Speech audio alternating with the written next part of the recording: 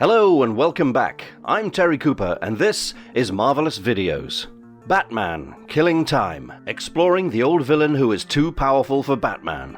A new Batman comic series always holds some excitement for the fans, especially if the writer is someone of the stature of Tom King. Batman, Killing Time has announced itself with a gutsy storyline so far, and the 3 issues that have been released are nothing short of excellence. It has the feel of a perfect crime drama, and the criminal underbelly of Gotham is exposed in a rather unexpected team-up. Yes, Batman villains have united previously to take down the Dark Knight, but the sheer coordination of the plan and the likes of Penguin, Riddler, Killer Croc and Catwoman working together make for an interesting story arc. While the writing is handled by Tom King, David Marquez is the sketch artist, while Alejandro Sanchez deals with the subtle coloring. The comic series is as artistically impressive as the narrative, and we can bet that you will love the unique storytelling. In this video, we bring you the 3 released issues of the comic book, dissecting every little detail and analyzing the story for you. Besides, we thought you might be interested to learn more about one of the scariest Batman villains ever, the Help, who proves to be far too skilled and experienced, and he sees through the Dark Knight's fighting techniques.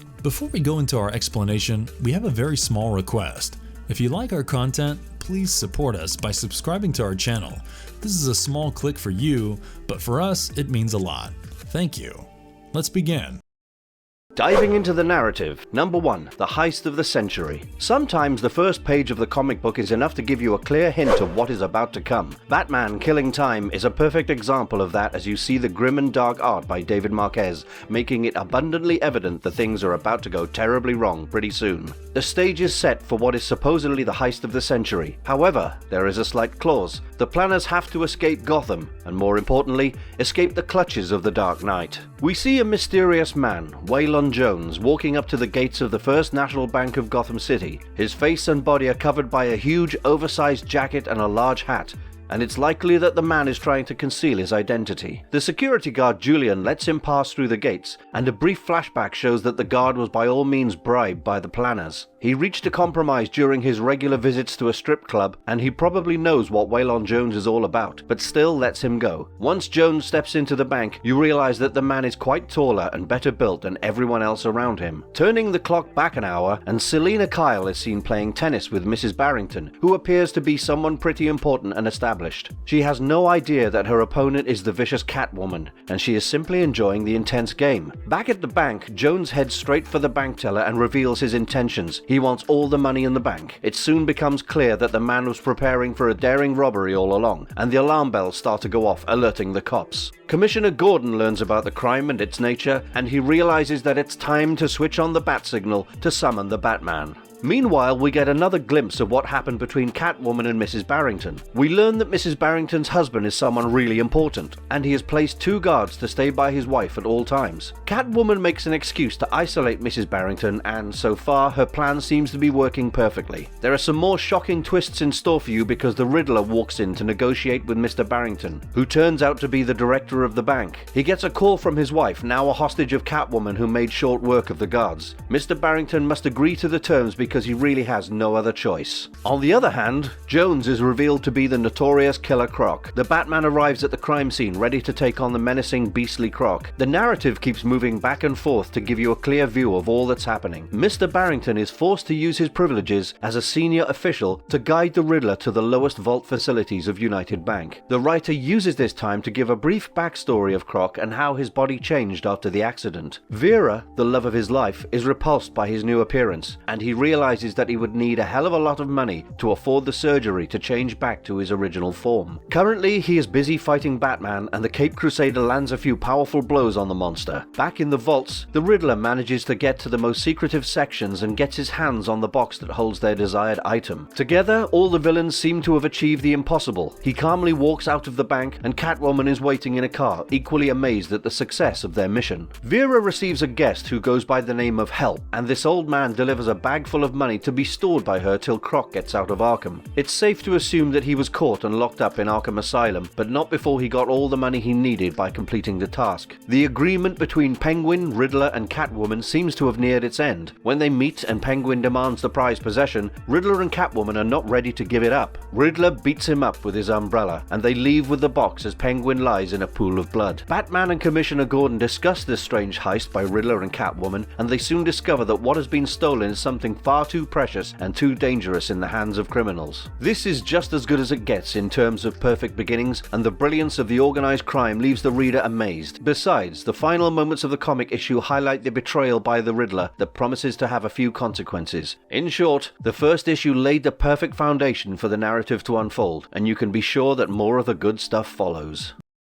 Number 2. The plot thickens. Riddler and Catwoman have camped in a beautiful lodging 40 miles outside Gotham, but their threats are far from over. Catwoman is wary of how Penguin must be preparing for revenge, and he certainly is, even from his hospital bed. Back in Arkham Asylum, Batman uses his brutal form of interrogation to get information out of Croc, but he seems pretty adamant about keeping his mouth shut. Vera seems to be enjoying the abundance of money and splurges on a diamond necklace. There's a brief flashback of an event roughly 3 months ago where the Joker was telling Catwoman about one of his closely guarded secrets. We see the familiar insanity in Joker's mannerisms, and he reveals that he once held Batman at his mercy. He used an advanced truth serum on the Dark Knight to learn about his deeper secrets, or if he was hiding something fun. The flashback adds to the mystery because we still haven't seen the item that Catwoman and Riddler have managed to keep to themselves. After a successful interrogation session, Batman emerges with some crucial information. He learns about the apartment where Croc lived, and he decides to find out if anyone in the apartment has spent an obscene amount of money recently. Clearly, it wouldn't take long for him to get to Vera, and it could hand him a few crucial clues. She, however, seems surprisingly calm when Batman apprehends her in her apartment. Meanwhile, Riddler reveals that they have a buyer who would pay enough for them to never turn to the risks of crime again. We get a little backstory about how they had struck a deal with Penguin regarding the heist, and we also see Penguin in his hospital bed, battered and bruised. The issue ends with Batman headed for Riddler's safe house in his Batmobile, and he has somehow figured out their hiding place. One of the most mysterious things about the second issue would have to be the continuation of a flashback from thousands of years ago. This event shows the shocking killing of King Pentheus of Thebes, and how the women, including his wife and own mother, feast on the body. It is something so unnerving and supernatural that you stop to question for a moment how it is relevant to the current story. Well, we're about to find out.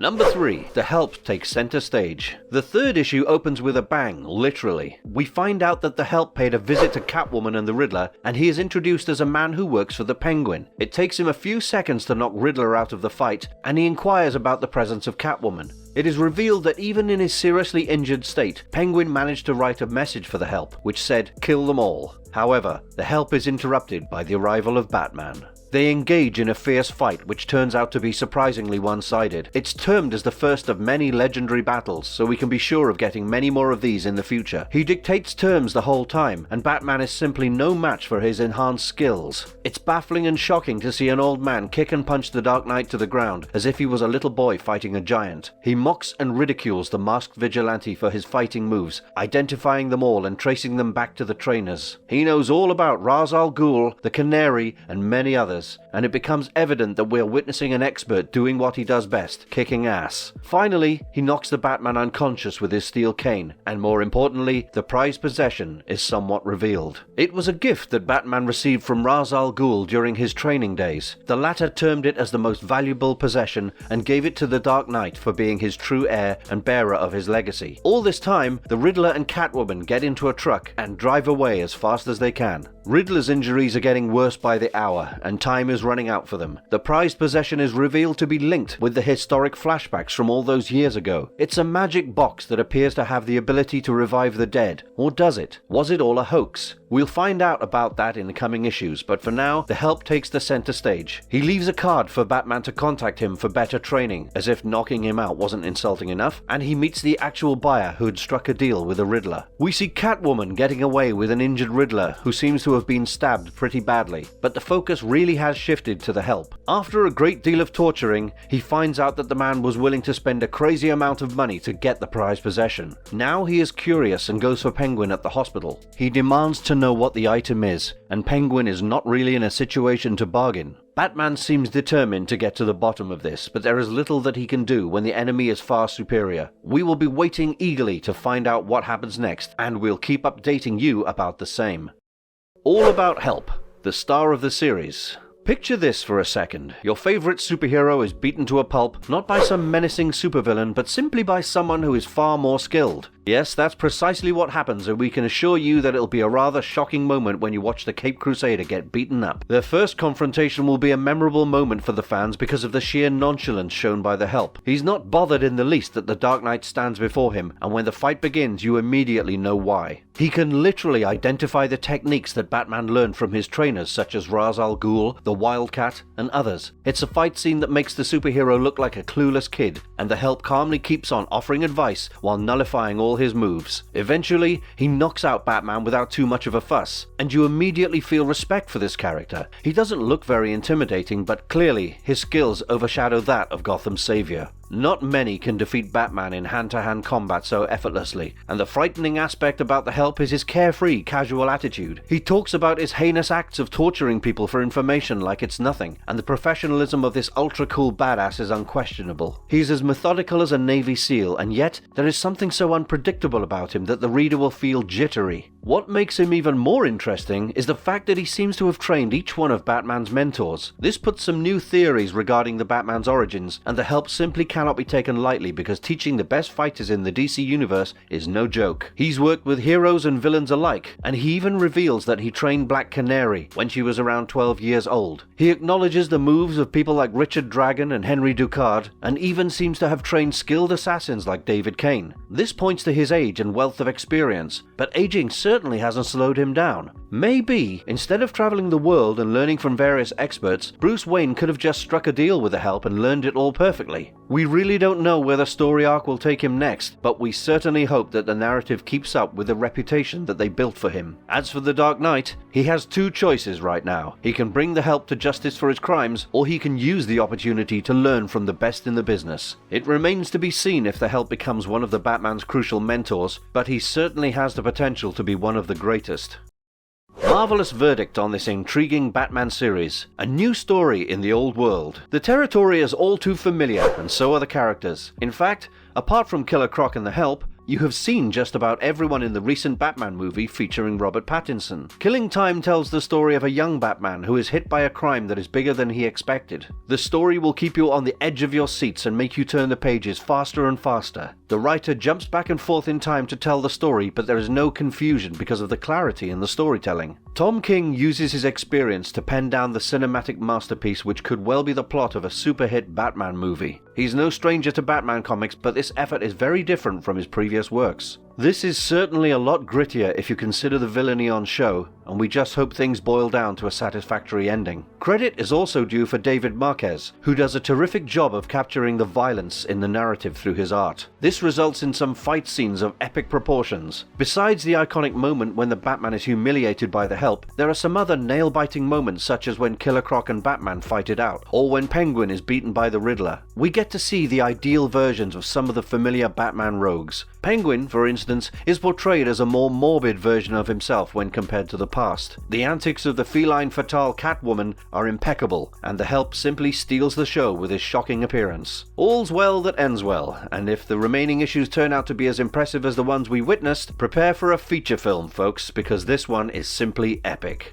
A few final words. So, what is it that makes Killing Time so special? Is it the shock value associated with a near-invincible villain like the Help? Is it because the clever mastermind of some of the most crooked minds in Gotham worked together to pull off the greatest heist ever? Or is it simply the waiting period for the fans to watch their favorite superhero come back stronger? Well, if we were to judge, we would vouch for all of the above because they all add to the charm of the comic series. It's not easy to formulate something with such intricate detail and accuracy, and this series will breathe fresh life into the world of comic books. If Killing Time finishes off on the same note as it started, we're all set to have one of the finest Batman story arcs of all time, and wouldn't that be something exciting to look forward to? And if you liked our content, don't forget to leave a like and subscribe to us if you haven't already. Have a good one and be safe.